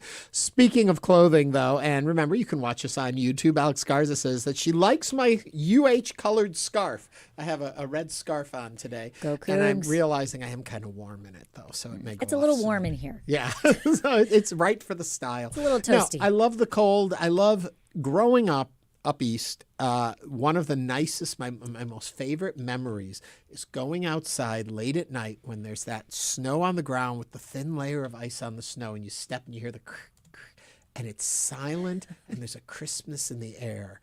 Oh, That is like so romantic to me, just romantic in the most general sense of the term, being out in that. We don't get that here. No, I never had that. No, right? No, well, you didn't grow up in that area. That's right. Yeah. So anyway, that's what I have to say about that. Coming up on the show today, we are also going to talk with Harris County Civil Court at Law number 2 judge. That's number 2 for the district, not that he's the second judge. Jim Kovach will be here to talk about county judges in the court system of it. We often talk about the county judge referring to the court of judges and that runs Harris County, but actually the individual court judges that listen to cases and stuff. So by the way, we had a poll last hour. Did we? How did it turn out? Well, interestingly, the question was, has the recent shootings changed how you feel about ICE's role in immigration enforcement? Either more negative opinion, more positive opinion, or no change. It was a 100% more negative. Which is interesting. Not one person thinks any differently. Right. But I took the poll when it was up. I voted. And I was torn between no change because I already had a rather negative view of how this mission is happening, how this is being performed. Yep. And so what these shootings, what this violence has shown me is that my earlier feelings were accurate, that this is being done without restraint, without structure. And that's where the harm is coming in for me. You know, I am all in favor of us exploring our immigration situation in this country, as I think we've all said, and that we know that there are areas that we need to look at and we need to fix problems we have. But putting out unrestrained militia on the streets does not seem to be the right way to go about it. Doesn't seem, does it? Does it? And in the last couple of weeks, it has proven that point. Yeah. I think that there were a lot of people that voted for President Trump based on President Trump being totally transparent on his policy in regards to immigration. He said that ICE was specifically going to be going after criminals. We saw the escalation and the growth of ICE once the One Big Beautiful Bill passed. Right. That was passed. And so to me, I think a lot of people that voted for Trump and even people that support immigration policy within this country thought ICE was doing what the president said ICE was going to do, go after criminals. They were going to try to get 1 million deportations per year. And so you had to have people to do that. I think now what we're seeing on the streets is a different story. Now we are starting to see U.S. Americans being shot and being in altercations with ICE. And I think people are saying that that is not what ICE was originally said that they were going to do. Well, I think 2 things on what you said there. First of all, if I'm not misquoting the president, he was going after the worst of the worst, the murderers and rapists. That's not what we've been seeing. The 5-year-old children. Right. People being deported that turned out, okay, so they were at a hearing to follow legal guidelines for their citizenship when they're in court are being picked up and taken out. That's not the worst of the worst. So you have that. I think that we have gotten, it's a shame you have to get to the point we're at now for people to start to say, oh, something isn't going right there, or to see change in it. We were on this path for a very long time for the last couple of years, or the last year, and this moment should not have come to be. That's all. I would say in the last couple years. Yeah. You know, this is not President Trump's first year as a president. We are looking at a second term, and we are seeing that he said he was going to go after, he was going to implement ICE, and that is what we're seeing. Is the wall finished? Oh, yeah. What about that wall? Yeah, what about that wall? Hey, they got almost 1,000 miles done. We need to get into the headlines. That was more of what they did than building fresh new wall. But hey, that's we have forgotten about that wall that Mexico is nobody building. talks about the wall. No, because right now we get to go into our cities. So I don't know. I'm upset about the situation. I think we all are. I think what we saw, I was talking with Celeste a little bit about this in our break, is that I think we have such a mentality of video game culture that you see a video of someone being shot in the streets and you think, wow, that was wrong. You forget the humanity of it, that a human being's life was ended because he stepped in to protect a woman who had been pushed to the ground and was going to be sprayed. And that's the part that I don't want us to lose track of. Yeah. But anyway. I'm sure we all have opinions on that, but there's a lot of other news going on. Celeste, help us. Moving closer to home, Texas civil rights groups won an emergency court order requiring Harris County to add 2 more extra days of early voting in the 18th Congressional District runoff after freezing weather shut down polling locations Sunday and Monday. The district, which includes parts of North Harris County and areas near downtown Houston, has been without representation since the death of U.S. Representative and former Houston Mayor Sylvester Turner last year. Early voting was originally set to end Tuesday with 17 polling locations open from 7 a.m. to 7 p.m. Under the court order, early voting will also be held Wednesday, January 28th from 7 a.m. to 7 p.m. and Thursday, January 29th from noon to 7 p.m. About 11,000 votes have already been cast. That's according to runoff candidate Christian Menifee, whose campaign says it is working to inform voters of the added days. Election Day is January 31st with polls open from 7 a.m. to 7 p.m. What are your thoughts about the extra days? Will it help turnout? Have you voted already? Now is the time to join us, 713-440-8870. I did vote. I went and voted. I did my part, got my little sticker, said I voted. I will tell you this, in early voting, it was on Friday I did it. It took me about the amount of time it took me to walk from my car to the poll to vote. It took no time at all. So if you are in the 17th, go and vote. It is so easy. It's so important. Now, the extra added days. Oh, yeah. You wanted to say something? But my question is only people within that district can vote. Yes. So the 18th Congressional District. 18th. I said 17th. Yeah. So if Sylvester Turner was your representative, then this is your poll. Right.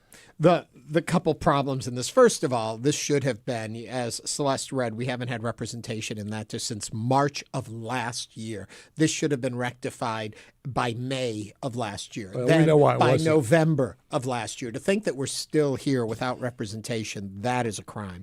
I think we would have heard more about this extension of the early voting days if one of the two candidates was from a different party. They're both Democrats in it. So I think we're not going to hear as much hoopla about the extension of it. But these are the things that always then trigger this concern over the legitimacy of elections in our area. But I think we're going to hear quiet on this because it's two Democrats running against each other. But again, 713-440-8870. Adrian from Sugar Land is on the line. Adrian, welcome to Hello Houston. Yes, it's a pleasure to be here. I just have some concerns. The 18th Congressional District has been a primary concern of mine and for others. You know, we've had 3 prominent congressmen die in office. Mickey Leland in 1989, Sheila Jackson, and now Sylvester Turner. Is there some kind of death knell hovering around that district? It doesn't appear that, why are people dying in office? It doesn't make sense.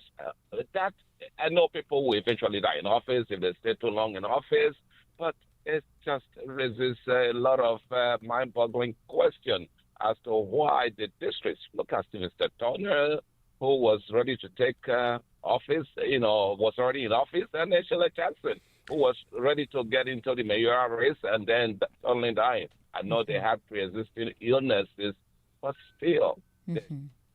Adrian, thank you for that call. My reaction to that would be something that you did say in that call, which is, people stay in politics a lot longer. And so when you're up in age, and I think it was known to both Sheila Jackson Lee and to Sylvester Turner, there were health concerns for both of them, and they chose to run again. I think that's part of what you're seeing happen in that district. I don't think there's a curse on the 18th, but it's interesting that we've seen that. The bigger problem is why isn't it? Why aren't those seats refilled more quickly? But we know the answer there. And again, 713-440-8870. Oliver from the Galleria is on the line. Oliver, welcome to Hello Houston. Hello. I just wanted to make a comment basically saying I am a political organizer. I do this as my job. And for the people who haven't gone out and vote, do go out and vote. If those spam calls are annoying you from the campaign, all that jazz, we know if you have voted or not. And if you have voted, you will stop getting calls to tell you to go out and vote, all that annoying stuff. So if you want that all to go away, just go out and vote. Thanks, Oliver. Thank Good you advice. for practical advice that will help you get rid of some of those calls.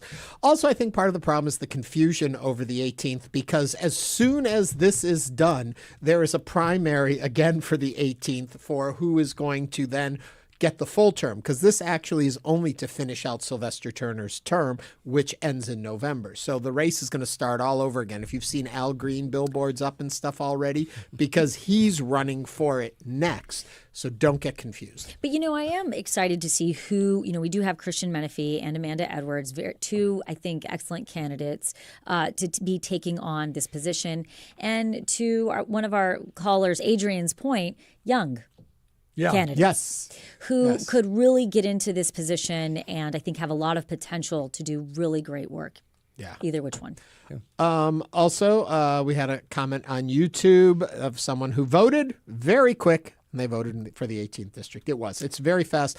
The low turnout actually benefits you to go and vote because you don't have to wait. The low turnout, though, is sad because this is an important seat. This is for the U.S. House of Representatives. Very important that there's representation there for all the people in the 18th. So get out there and vote. Well, and you only cast one vote, right? That's the only thing on the ballot. Yeah, for that district. You either vote for Menefee or you vote for Edwards. And you're out again. And you're done. Yep. So make sure you do that. Do we want to go on to our next story? Speaking of politics, you ready for it? Here we go. What were you doing Saturday? I know what I was doing. I was watching the Senate primary debate.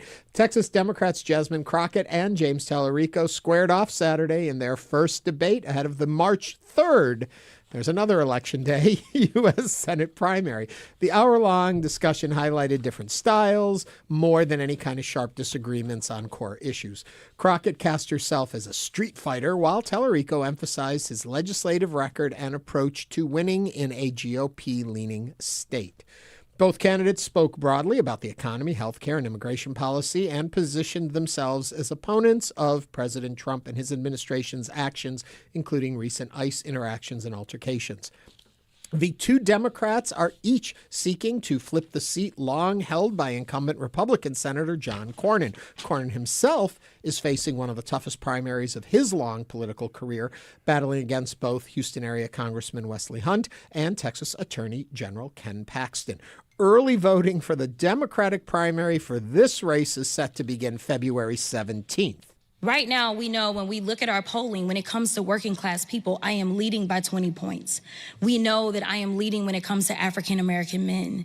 We know that overall women are going to play a really big role in deciding who gets elected, and I am leading amongst women. So at the end of the day, when we look at the numbers are there. I don't think you should believe anything a politician says. I think you should look at what a politician has done. The best indicator of future behavior is past behavior.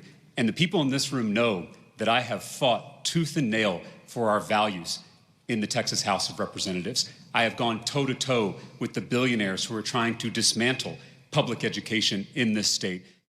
I do want to clarify one thing in what Crockett was saying. In the pockets she's talking about, she is leading, but in current polling in total, she is not leading in it right now. Talarico has pulled slightly ahead in polling for the Democratic primary. Just keep that in mind.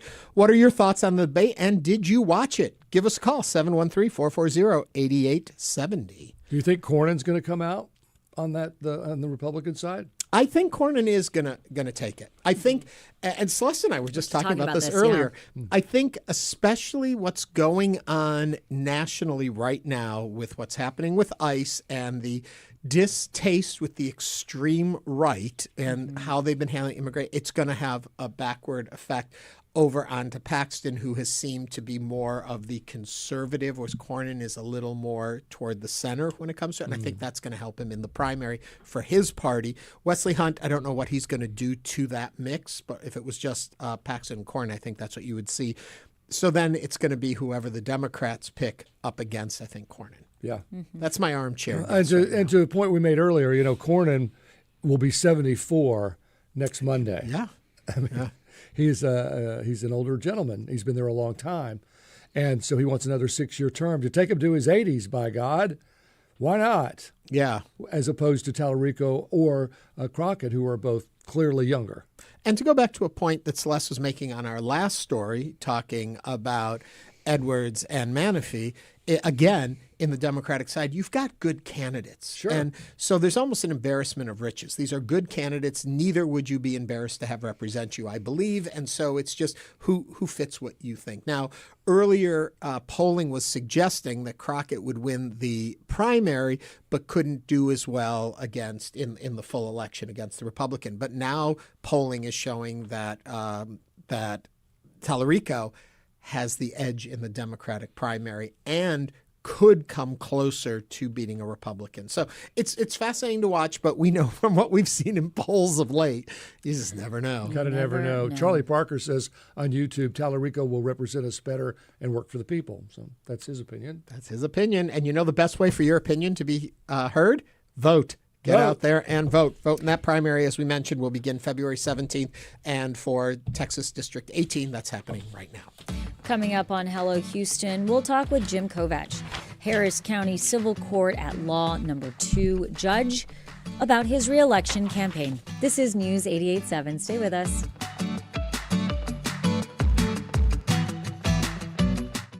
It's not just your car. It's the one that brought your kids home from school, took you cross-country, held memories, laughter, even a few breakdowns. When it's time to let go, give your car a new purpose. Donate it and turn memories into meaningful support for this station. Plus, you'll enjoy free and easy pickup, potential tax benefits, and a simple donation process. Your gift supports the programs you and your family love. Donate today and help keep public media strong. Call or donate online. PM. Hi, I'm Brandon Rottinghouse. And I'm Jeronimo Cortina, host of Party Politics on Houston Public Media. We're inviting you to News and Brews happening February 17th at St. Arnold Brewing Company. Let's have a thoughtful political conversation over great food and cold drinks. When you donate $60, select your ticket to News and Brews, and you will also get a complimentary pint glass. Get your ticket today at houstonpublicmedia.org/donate. See you there. As the federal government deploys thousands of ICE agents across the country, protesters are mobilizing to push back. What the volunteers have told me is they want ICE officers out of their neighborhoods. How their strategies put activists in murky legal territory. That's next time on Think.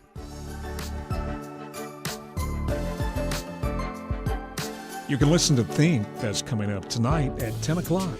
Support comes from Houston Grand Opera presenting Silent Night, a Pulitzer Prize-winning opera by composer Kevin Putz, sung in English, French, and German, inspired by the Christmas truce of 1914. Now through February 8th at the Wortham, tickets at hgo.org. Tonight on Houston Public Media TV 8, learn about the life and career of Elie Wiesel, Holocaust survivor and Nobel Peace Prize-winning author of Night. Watch American Experience, tonight at 8 on TV 8.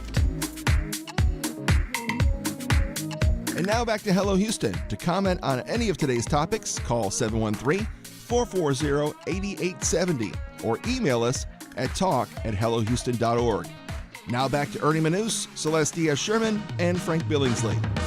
All right, Jim Kovach served as judge of Harris County Civil Court at Law Number 2 since 2019, and he is running for re-election this year.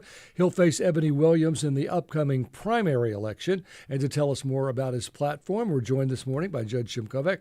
If you'd like to join the conversation, call or text us at 713-440-8870. Jim, welcome to Hello Houston.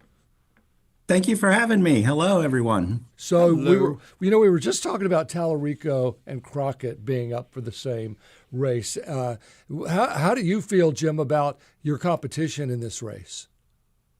Well, I'd like to talk about my qualifications is, I think, the way I'm going to go about my campaign. Mm-hmm. And I am a 34-year lawyer, practiced 34 years, and I've been a judge now for going on 8 years. And I've handled cases in the county civil courts at law my entire career. I've handled over 10,000 cases, including 150 jury trials in the county civil court at Law Number 2. My opponent, when I search her bar number, I see that she's handled 0. She's never handled a case in the county civil courts at law. So I'm going to talk about my qualifications, much like Congressman Crockett and State Rep Talarico and talk about qualifications. You know, Jim, and speaking of qualifications, take us back just a second. And when we look at civil courts, and talk to us about the type of cases that you specifically look at. Because I found it interesting that one of your slogans is, life may not be fair, but judges should be. So talk to us a little bit about the cases that you have seen already sitting in the position that you've been in. Sure. So the county civil courts at law are a unique court that there were 4 of us all along until this last year. Now there's 5 county civil courts at law. We just made a 5th one and got that through. Austin created the 5th court. So there's only 5 of us. And unlike the district courts who have unlimited jurisdiction and can handle large cases with big verdicts, our court is limited in jurisdiction. It just went on January 1, it went from $250,000 up to $325,000. So we handle the smaller lawsuits, and we're a high volume court. Mm-hmm. So because we handle smaller cases, we have a high volume of cases, and we also move very quickly. And so it's something that you need to have experience in handling. We also handle all the appeals from Justice of the Peace Court. Justice of the Peace Court is where all eviction cases start. So there's 16 Justice of the Peace Courts throughout Harris County. There's 2 in each constable's district. So those 16 Justice of the Peace Courts, if you appeal from them on an eviction case, you'd come up to one of the now 5 county civil courts at law. So you can imagine how many eviction cases I handle in my court. We handle about 50 a week. And my slogan is, life may not be fair, but your judge should be, is because the reason I ran for judge is I didn't think the prior judges were being fair to the litigants in the case. I actually saw a case in which a young black man was trying to explain to the judge what had happened. He had lost his job on an eviction case. Instead of hearing him, the judge nodded to the bailiff and had the bailiff, who of course is in a sheriff's uniform with gun and handcuffs, come and stand behind the young man and silenced his voice. And that's when I drove home that day and I told my husband, you know what? I'm tired of what I'm seeing in these courts. And my initial reaction was, I'm going to change and I'm going to go become a real estate broker, because I had a successful career in law. I owned an office building at Westcott and Memorial right off Memorial Park. And I told him, I'm going to become a real estate broker. And he said, no, you're not. You're the fairest person I know. You're going to go in there and fix the courts. And that's what made me run for judge in 2017, was at the urging of my husband, who said that he thought I could be fair and would make a good judge. And that's what I did. To help us understand when you say a judge should be fair. And I bring that up, and it's rather nuanced, I guess, but there is law and there are statutes that should be followed. There's also personal experience and reaction to the situation in front of you. How do you balance out the humanity element of it and the legal element of it to find what you define as fair? Mm-hmm. That's a great question. And the way I define fair is by applying the law equally amongst everybody and treating everyone with respect and dignity. I was just voted by the Houston Bar Association, had a poll where they actually poll the lawyers who practice in this very court. And in that poll, I was the #1 county civil court at law judge, with 83% of respondents rating me as excellent or very good in the categories, which I think is what makes a fair judge. The categories are how well I know the law, how well I follow the law, am I professional and courteous, and do I use an attorney's time wisely and the litigant's time wisely? So I think that's part of being fair, is knowing the law and applying it appropriately, but being fair. For instance, on an eviction case, I can maybe give people the extra weekend they ask for in order to move out. That is an equitable remedy that I can give them to be compassionate and empathetic to their situation in a particular case. I want to follow up just a little bit on that also. Right now, we're seeing a lot of things, and this is more on the national level, but we're seeing things where the argument often is, but that's the law. We're following the law. And we as observers feel like, but it's not right. It may be legal, but it doesn't seem just and fair.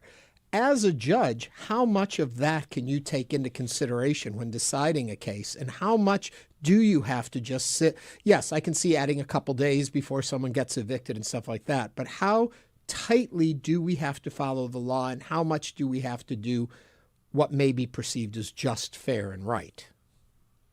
So, a case depends on whether or not it's a bench trial or a jury trial. And I have less flexibility on a jury trial because at the end of the day, it's the jury who's going to decide the case.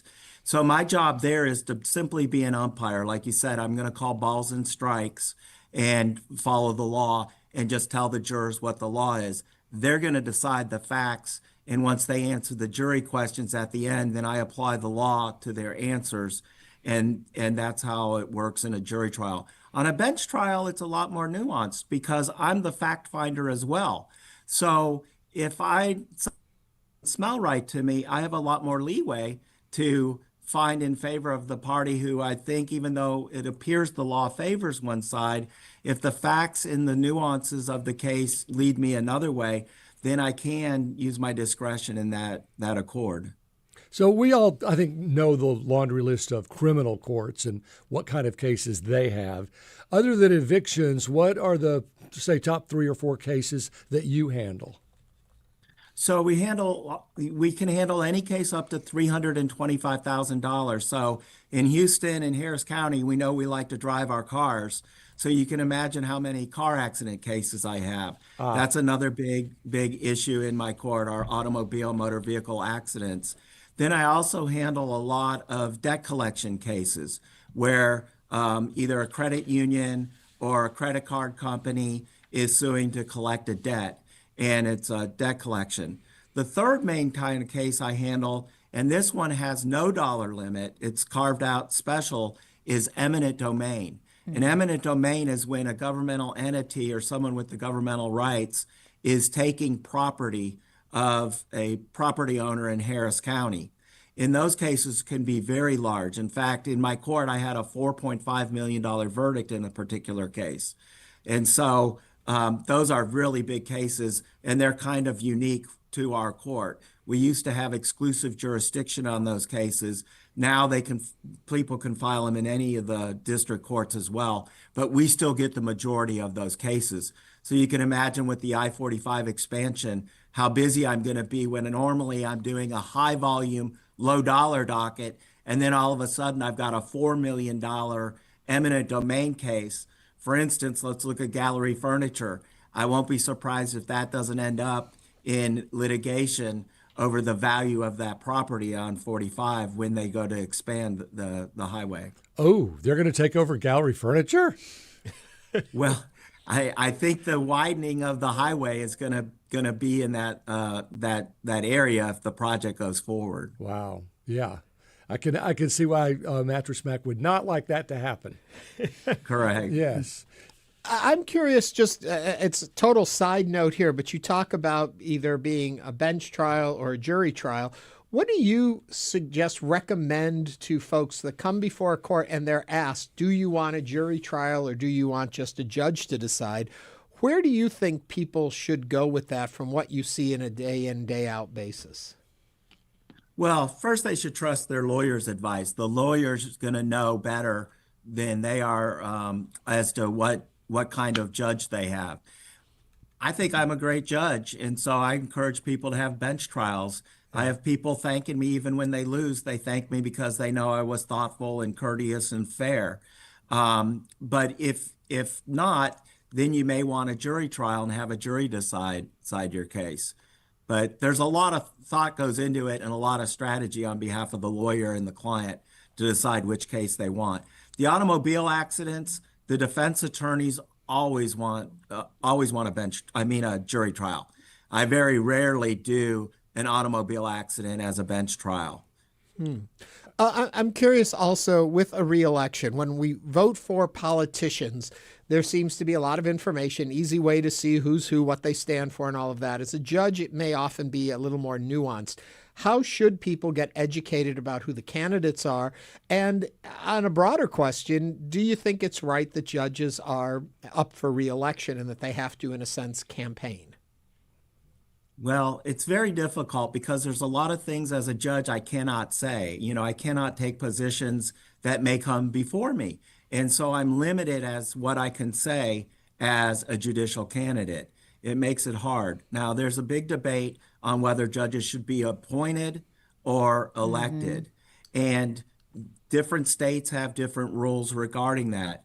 There's also hybrid ways to do it, where judges are appointed and then they have what's called a retention ballot, where you're appointed and then when you do your term, let's say 4 years, which is my term is 4 years, at the end of the term, the voters then vote whether or not you've done a good job or not and to keep you or not. The thing that I think where people should look to find out who they should vote for judge are the endorsements. And I would recommend looking at the Houston Chronicle, the Union. If you're a Democrat, the Union endorsement's very big. I'm proud to say I got the AFL-CIO COPE endorsement. The Chronicle has not come out yet with their endorsements, but I've had it in the past and hope to get it again. Then there's Democratic clubs like Area 5, the Mexican American Bar Association of Houston. I would recommend that you find a group that has your same values that you are looking for in a judge, and then see who's been endorsed by that slate card. One of the big slate cards in the Democratic primary is the LGBTQ political caucus. I'm proud to have their endorsement. And that's a huge endorsement in our community, especially in the Democratic primary. Judge, last thing I have for you is we're often talking about low voter turnout. And I know even when it gets to judges, it's much lower. People don't know there's not the superstar status that goes with that to vote for a particular candidate. Take a moment and explain to people why it is important that they vote in the judge races. So the smaller the court, the more likely it is you're going to come in contact with that court. As we all know, the municipal courts are the lower courts, and you're likely to someday get a ticket, a speeding ticket or a traffic ticket or some other kind of noise violation or something, and end up in those courts. The county civil courts, as a smaller court in handling the appeals from justice of the peace, is a court that you're more likely than not going to appear in front of, more likely than the district courts with the big cases with Exxon and Chevron and those kind of players.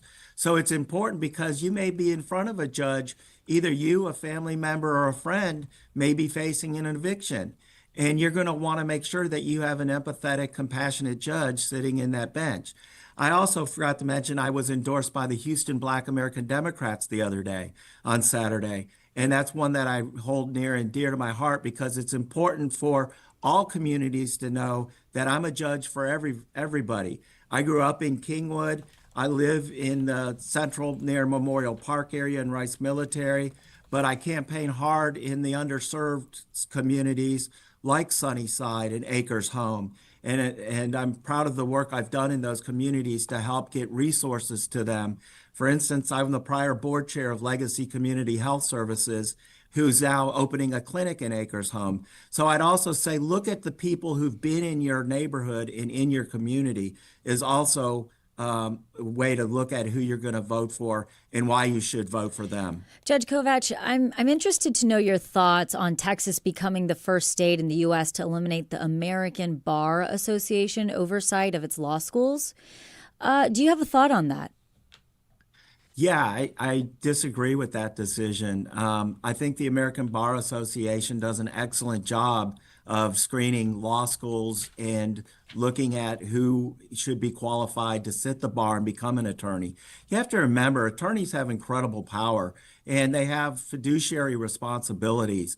We need to make sure that we screen people to become lawyers to the utmost ability that we can. To be a lawyer. And it takes a lot. You have to show that you have the right character to be a lawyer. And so I would stick with the American Bar Association. I'm not sure what the politics were behind the change. Jim Kovach is the Harris County Civil Court at Law No. 2 judge. Jim, thank you for joining us today on Hello Houston. Yeah, thanks, Jim. Thank you so much for having me. Thanks. Coming up, a discussion on human trafficking with the Children's Assessment Center. Stay with us as Hello Houston continues.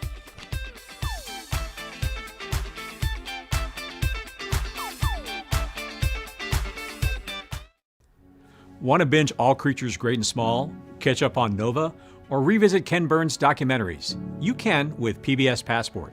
With a gift of $5 or more per month to Houston Public Media, you'll get access to PBS Passport that lets you watch your favorite programs anytime you want. Support the programs you love and enjoy them on your own schedule with PBS Passport. Make your gift now at houstonpublicmedia.org/donate.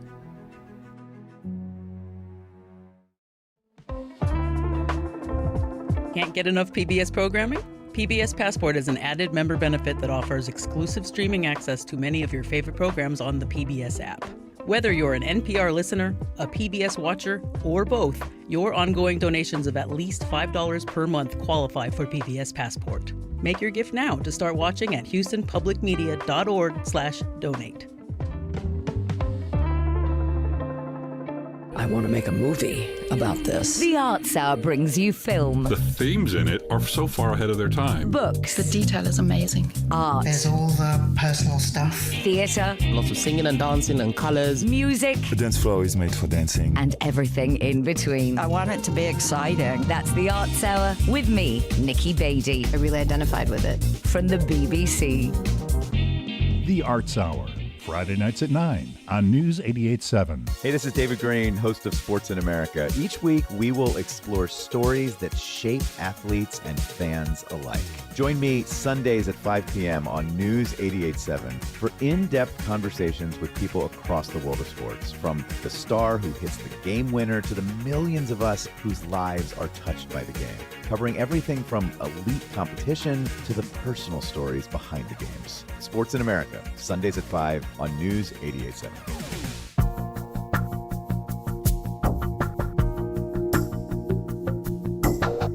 And now back to Hello Houston. To comment on any of today's topics, call 713-440-8870 or email us at talk@hellohouston.org. Now back to Ernie Manous, Celeste Diaz-Sherman, and Frank Billingsley. The month of January is National Human Trafficking Awareness Month, a time dedicated to raising awareness and educating people about identifying and preventing this crime.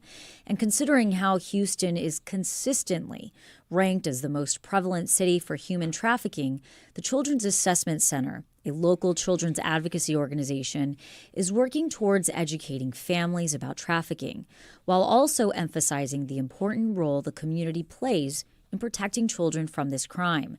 To tell us more about local trends, prevention tips, and resources available to families, we welcome Karen Kennard, Assistant Executive Director of the Children's Assessment Center. Karen, welcome to Hello Houston. Thank you. It's a pleasure to be here. Now, it's interesting that I want to highlight why you feel it's important to educate families.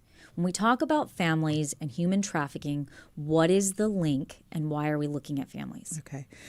Families are very important when it comes to especially our juveniles, which are very much a part of the human trafficking, better known as child sex trafficking in Houston, which the Children's Assessment Center, as the advocacy center, is one of the agencies that address that problem here in Harris County, along with our multidisciplinary team.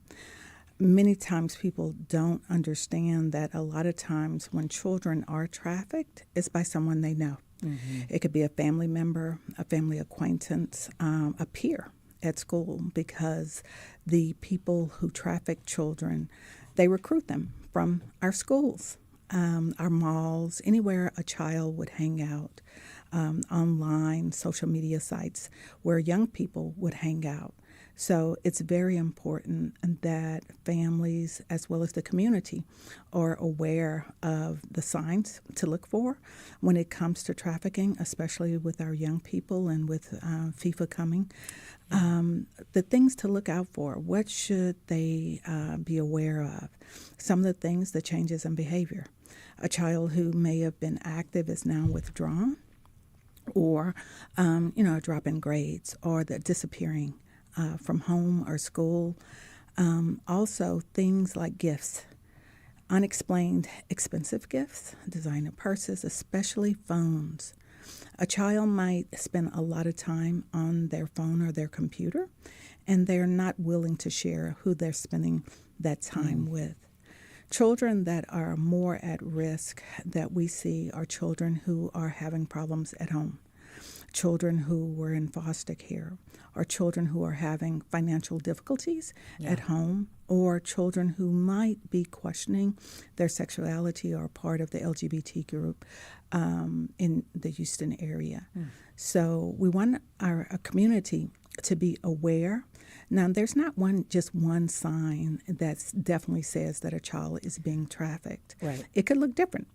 But no one knows their child better than parents know their children. There's a couple things in this whole arena that I want to make sure that we get to and address. But the first thing I want to talk is dispelling the idea that it comes with the whole victim blaming mentality we seem to have, that these children are putting themselves out there, that these children are at fault, and that we need to look at what is making, as you were addressing, what is making a child prime for being trafficked in the first place. Can you talk about that? Okay. No, this is definitely not a choice that they make.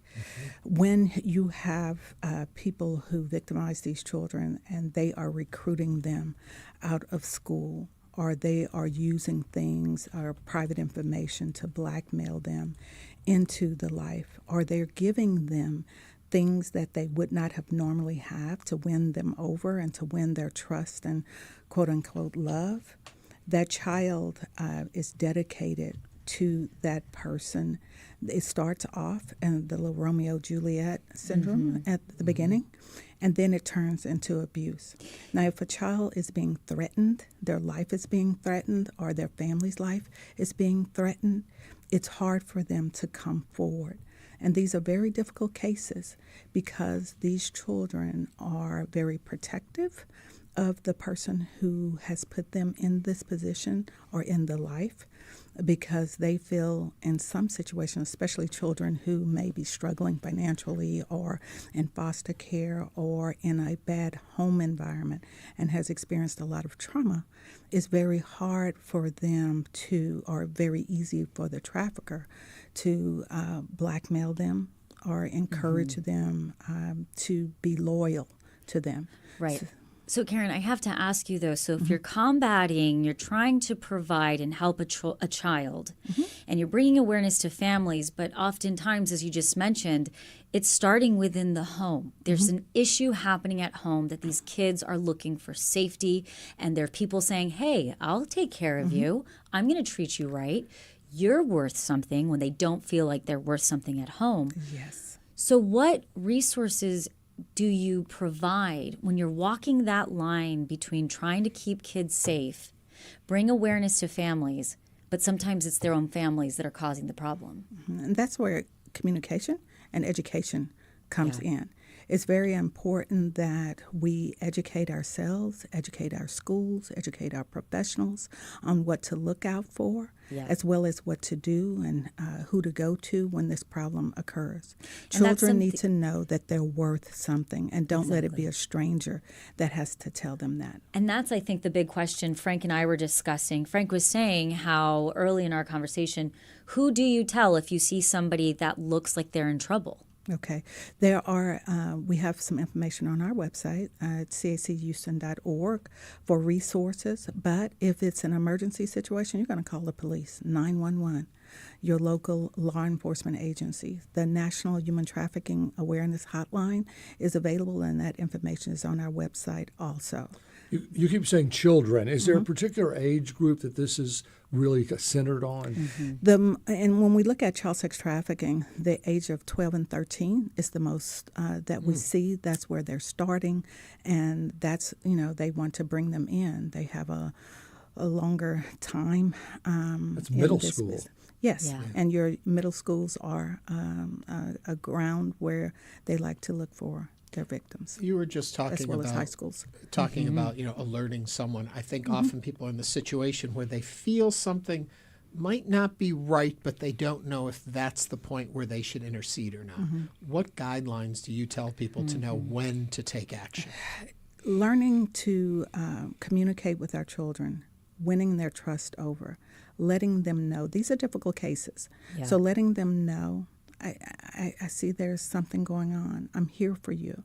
You can trust me. They need that trusted adult that they can confide in. Remember, many times their life has been threatened, or their family's life has been threatened if they say anything or if they try to leave their trafficker. So you have to build that trust. Again, communication is so important. But we have to educate our community on how to actually talk to our children and to win them over. So many people, like the myth you mentioned earlier, think that children, 12-year-olds, 13-year-olds, are putting themselves in this position. No, they're not. They need help, but it's not easy for them. They're afraid. Why do you think Houston is always at the top of the list when we look at human trafficking? We're very large. You know, we have the 45 corridor, the I-10 corridor. It's easy for people to come in and out. It's a very large city to get lost in. And, of course, our law enforcement is overextended. So, and there's lots of events. It's a big city. It's lots of action, sporting events, you know, other events, concerts and things like that. This is where the action is. Speaking of which, what kind of penalties do traffickers face? And it seems like it'd be very difficult to prosecute the traffickers at the end of the day. Yes, we have a district attorney's office that works very diligently to prosecute these cases. But again, it takes time. These cases, it may take even up to years and for these them children, to collect do these children the have to information. testify? Yes, they do. Yeah. And fortunately, the Children's Advocacy Center has a department inside, which I'm over, Children's Court Services. So we have individuals that accompany them when they have to testify in criminal court, which is so important because when they testify, they are facing their quote-unquote pimp, the person who did this to them, which is very difficult. With the Children's Court Services representative, they can look at that person while they testify in court, and they are working with them throughout preparation for the criminal case. So we're very proud to have them there, and they work on a lot of these cases and accompany them every step of the way, which is a very long process. I guess part of the problem, too, when I hear you talking about this is you talk about, understanding our children, paying attention to the signs, looking at what's going on, knowing their behaviors. But also in the other breath, you talk about that it often comes from children who haven't been paid attention to at home and aren't getting the support they need and aren't being told they love. So how can you rectify those two worlds together to protect children, and how much of it has to fall within the community around these children? I love that saying, it takes a village to raise a child. So it's not just the parents, right? It's our education system. It's our extended family. It's our neighbors. We all have to open our eyes and ears to the signs and symptoms to help protect our children. Also understanding cell phones and computers and monitoring those for our children, because that is a way of communicating with our children. We open up our children to the world on our computer screens, monitoring, setting rules and boundaries for our kids to prevent it. One of the responsibilities of the CAC is prevention before we even get there. But we have to pay close attention. Parents, you control the phone. You control the computer. We should have those in open spaces where our kids should not be going to bed with their computers and their phones. We have to cut off the world from our children because it's such easy access. Karen Kennard is the Assistant Executive Director of the Children's Assessment Center. Karen, thank you for joining us today on Hello Houston. My pleasure. Thank you. And that brings us to the end of the show. Unfortunately, we have run out of time. We want to thank you for watching and listening to Hello Houston. We will be back tomorrow with more conversations. We're also going to discuss a new Rice University study on Houston's Asian population.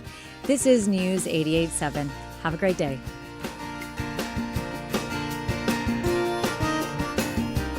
Thanks for listening to Hello Houston. Join us every Monday through Friday from 11 a.m. to 1 p.m. to talk all things Houston. The Hello Houston production team includes Garrett Bowman, William Menjivar, Jen Altide, Todd Holslander, and Jim Kovach. For the latest in local news, subscribe to the Hello Houston daily newsletter at houstonpublicmedia.org.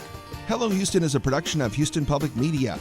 The opinions expressed by the guests of this program are solely their own and do not represent the views of management, staff, or underwriters of Houston Public Media. This is News 88.7.